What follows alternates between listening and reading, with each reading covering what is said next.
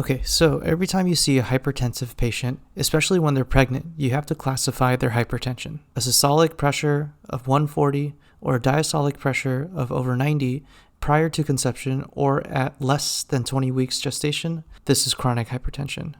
If I have a patient with new onset elevated blood pressure at 20 weeks gestation, but they have no proteinuria and they have no end organ damage, this is gestational hypertension. If I have new onset elevated blood pressure at over 20 weeks gestation and proteinuria or signs of end organ damage, this is pre-eclampsia. Pre-eclampsia and tonic-clonic seizures, you have yourself a patient with eclampsia.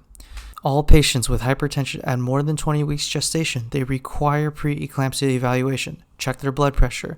Check signs for end organ damage, whether they have headache, visual changes, right upper quadrant pain. There's laboratory signs you want to look for. There's urinalysis, creatinine, transaminases, platelet count. Lastly, you have to check the fetal well-being. Do a non-stress test. Well, what if the urinalysis comes back at 1+ protein? The diagnosis of preeclampsia is not excluded, okay? This is because there's a high rate of false negatives. So what you do is you always do a 24-hour urine collection for total protein. This is the gold standard. And this is to have a definitive diagnosis or exclude preeclampsia and establish a better baseline management for the patient. You don't need to admit the patient. They don't need inpatient care or possible preterm delivery if the patient has no signs of end organ damage or a definitive diagnosis before of preeclampsia. You give magnesium sulfate for patients with preeclampsia with severe features. This is to prevent seizure. You also give magnesium sulfate for imminent delivery at less than 32 weeks. This is for fetal neuroprotection. The laboratory signs that we look for, again, are severe features including headache and elevated creatinine. Those are the main ones.